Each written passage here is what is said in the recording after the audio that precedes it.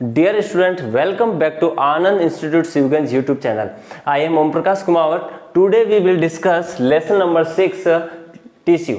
अब हम बात करेंगे टिश्यू के डेफिनेशन की. देखेंगे a group of cells having similar origin. अब ध्यान देना, जैसे कि एक ग्रुप है सेल का, जैसे कि बहुत सारी सेल्स हैं.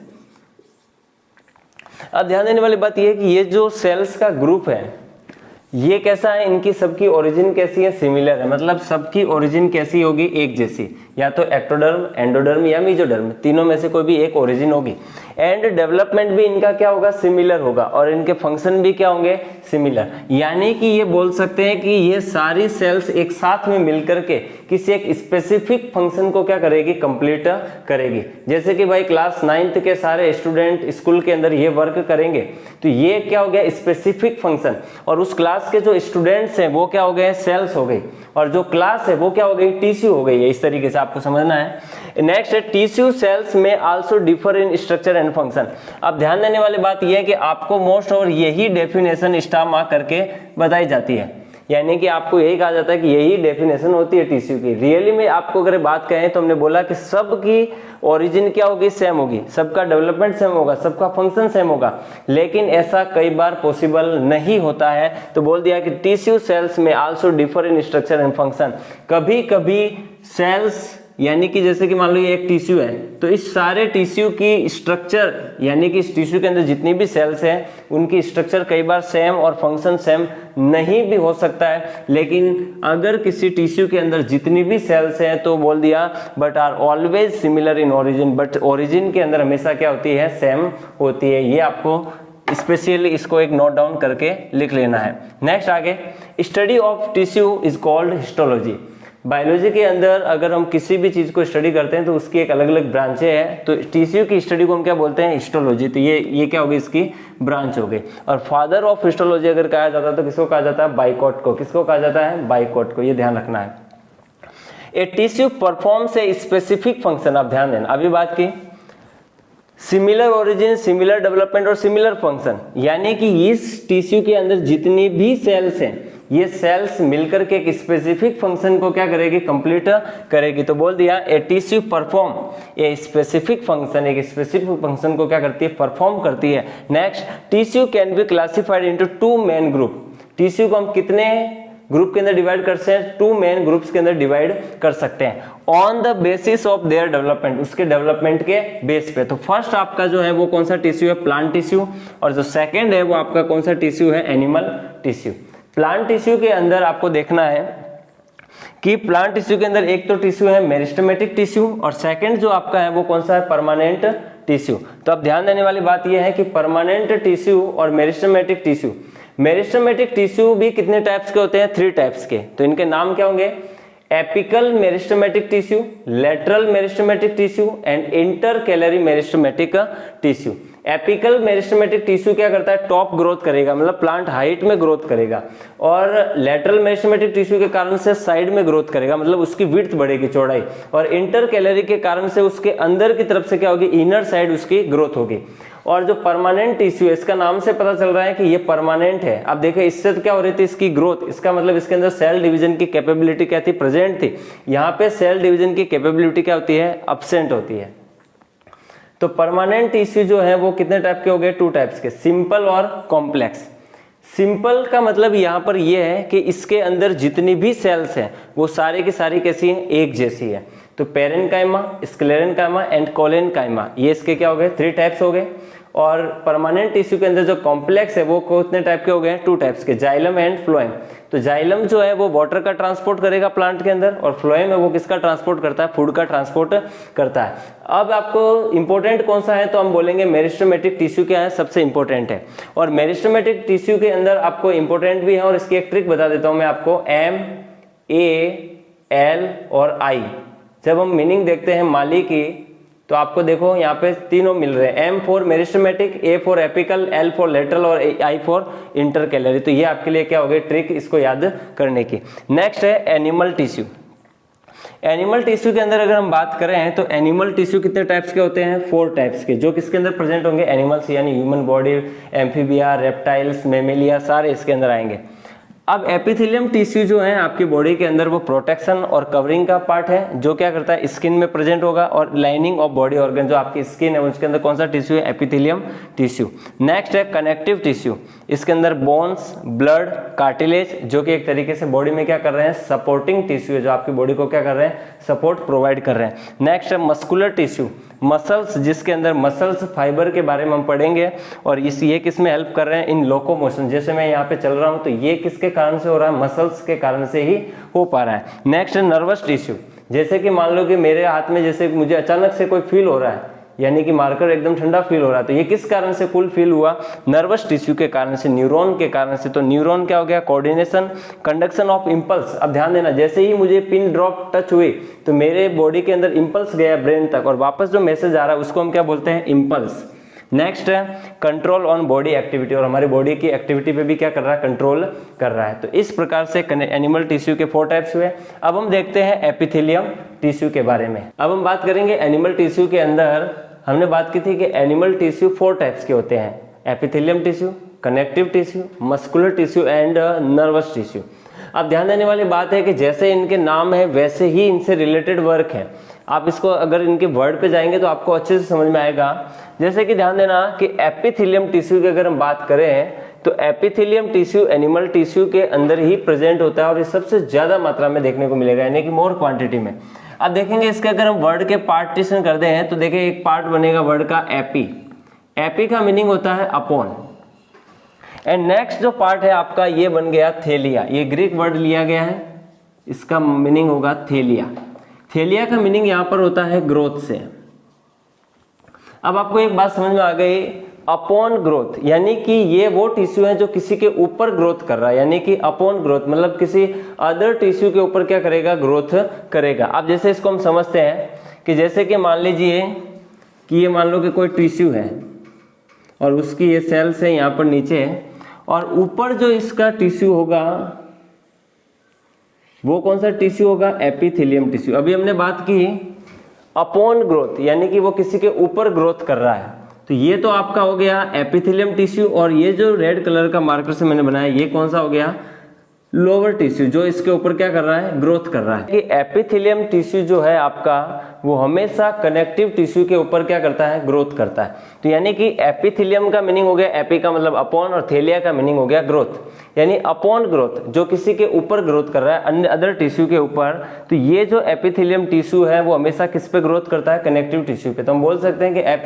Epithelium tissue always growth on connective tissue. तो यहां पर देखेंगे ये लाइन को, epithelium cells depends on connective tissue. अभी मैंने बात की कि epithelium tissue always growth on connective tissue, यानी कि ये वाला जो टिश्यू है आपका वो कौन सा टिश्यू है, कनेक्टिव टिश्यू। यहाँ पे कनेक्टिव टिश्यू की सेल्स होगी और ऊपर कौन से होगा, एपिथेलियम टिश्यू।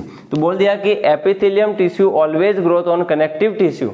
तो इस लाइन को समझेंगे कि epithelium cells depends on connective tissue, यानी कि इस एपिथेलियम टिश्यू की जो सेल्स है, यानी कि यहाँ पर जितनी भी सेल्स होगी वो किस पे डिपेंड्स होगी, डिपेंड्स ऑन कनेक्टिव टिश्यू। इस कनेक्टिव टिश्यू पर डिपेंड्स होगी, किसके लिए, फॉर देयर न्यूट्रिशन, क्योंकि यहाँ पर एपिथेलियम टिश्यू के अंदर किसी भी टाइप की कोई ब्लड वेसल्स प्रेजेंट नहीं होती है। तो यहाँ पर जब ब्लड वेसल्स प्रेजेंट नहीं है तो इस सेल्स को न्यूट्रिशन कौन प्रोवाइड करेगा, कनेक्टिव टिश्यू। तो ये लाइन आपके लिए इंपॉर्टेंट हो गई कि epithelium cells depends on connective tissue for their nutrition. Next अगर हम बात करें तो देखेंगे कि एपी का मीनिंग हो गया अपॉन, थेलिया का मतलब ग्रोथ, यानी किसी के ऊपर ग्रोथ।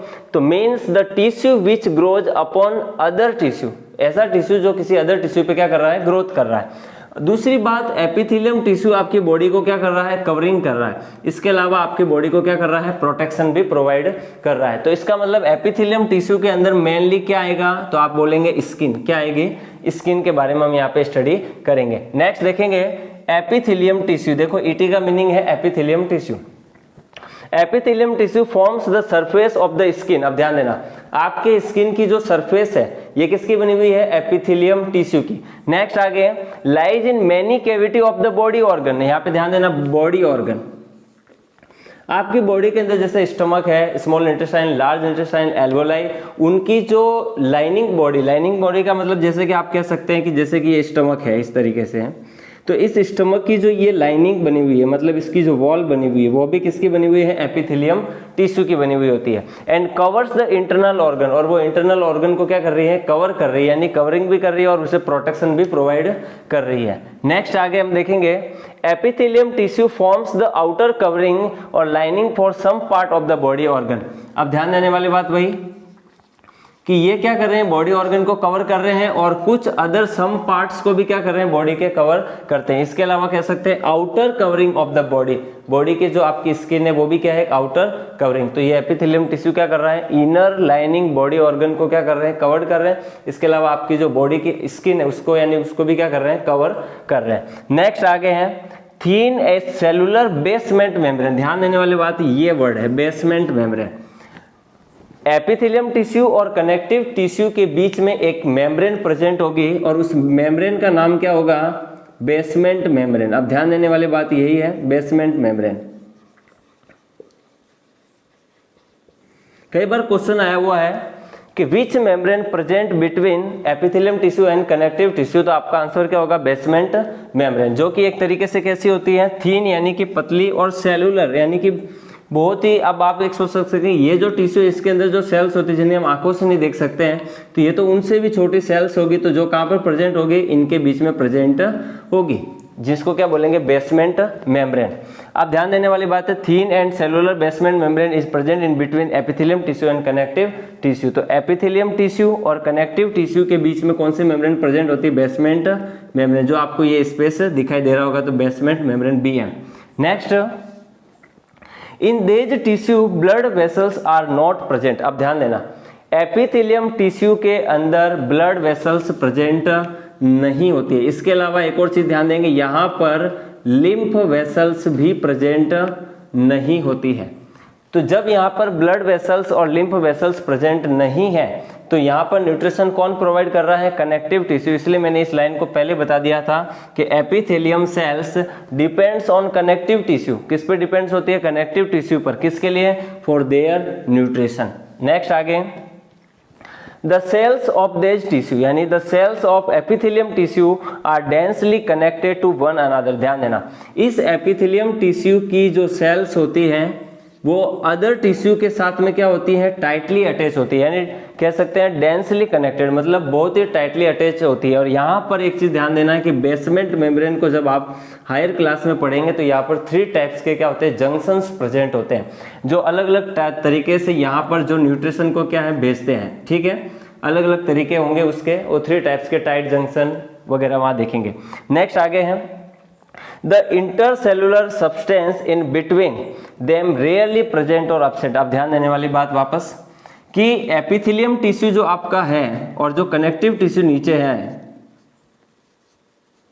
इन दोनों के बीच में जो बेसमेंट मेम्ब्रेन है, यहां पर किसी भी टाइप के इंटरसेलुलर सब्सटेंस रेयर चांस में ही प्रेजेंट होते हैं, बाकी मोस्ट ओवर चांस में क्या होते हैं? एब्सेंट। तो इस तरीके से यहाँ पर ध्यान देने वाली बात है, जैसे कि मान लीजिए एपिथेलियम टिश्यू है ये, और ये कनेक्टिव टिश्यू।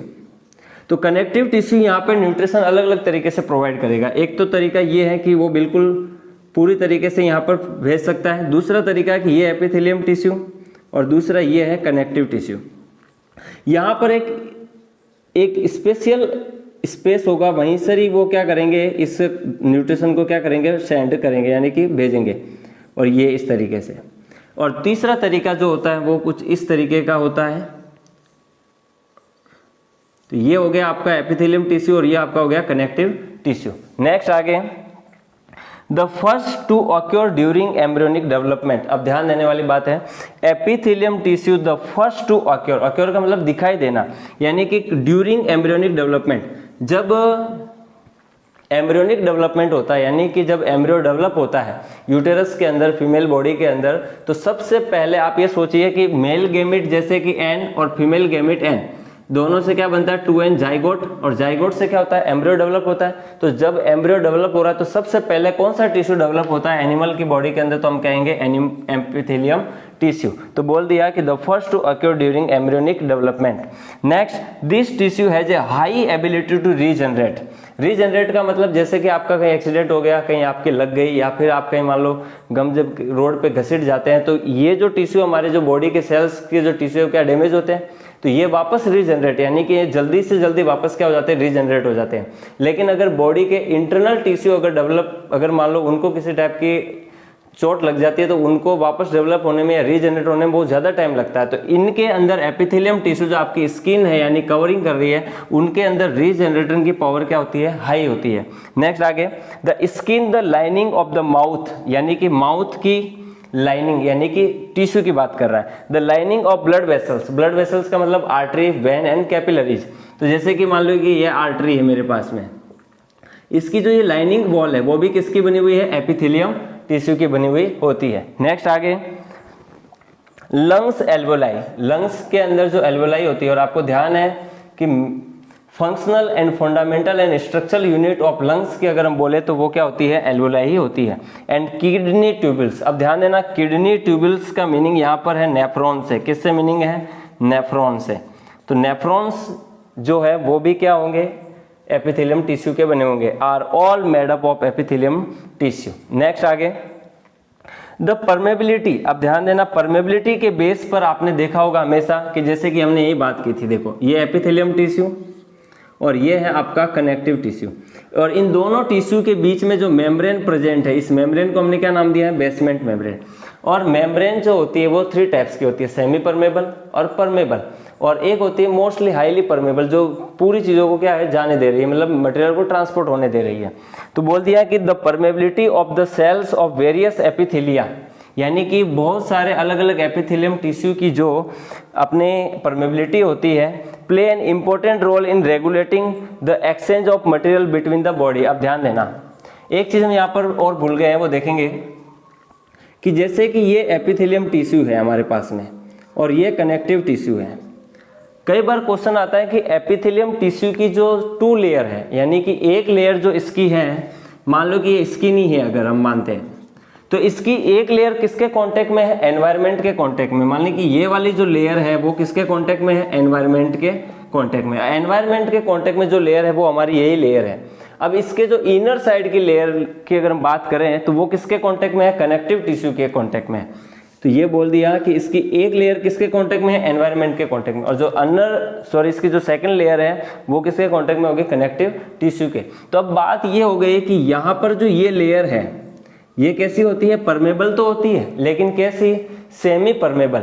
हर मटेरियल को आपकी बॉडी के अंदर एंटर होने से क्या कर रही है, प्रोटेक्ट कर रही है, इसलिए हमने इसका नाम दिया था कवरिंग एंड प्रोटेक्टिव टिश्यू। तो यहाँ पर एक चीज ध्यान देना, रेगुलेटिंग द एक्सचेंज, यानी कि ये रेगुलेट कर रही है किसको, exchange of material between the body, material पे क्या कर रही है, रेगुलेटिंग कर रही है।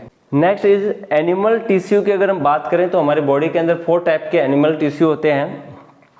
हम अभी फिलहाल यहाँ पर एनिमल टिश्यू के अंदर एपिथेलियम टिश्यू की बात कर रहे हैं। किसकी बात कर रहे हैं, एपिथेलियम की। तो यहाँ लिख देंगे animal epithelium tissue.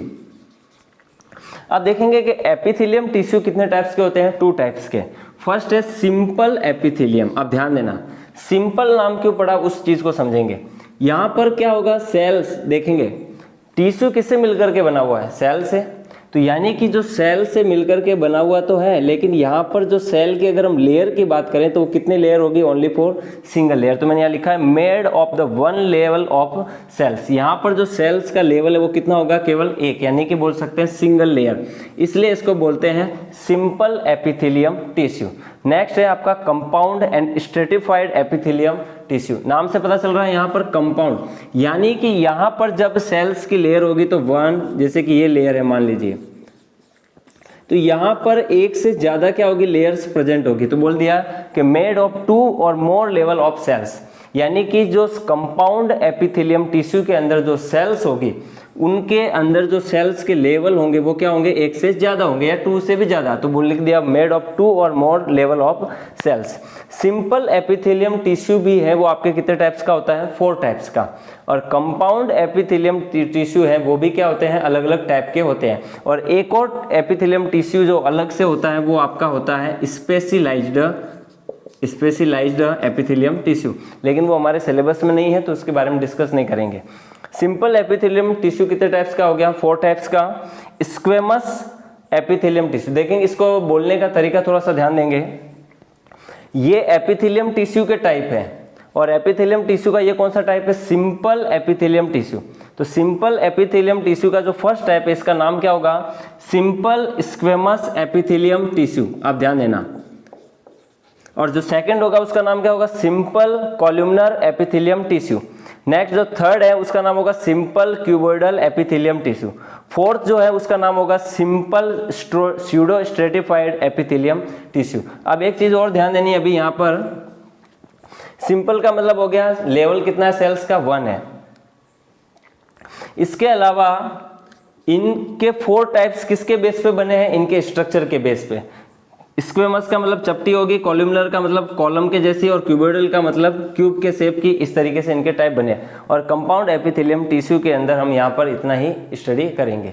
Next video के अंदर हम लोग स्क्वेमस यानी simple squamous epithelium tissue and यानी कि सिंपल एपिथेलियम टिश्यू के बारे में स्टडी करेंगे। Thanks for watching. जय हिंद, वंदे मातरम।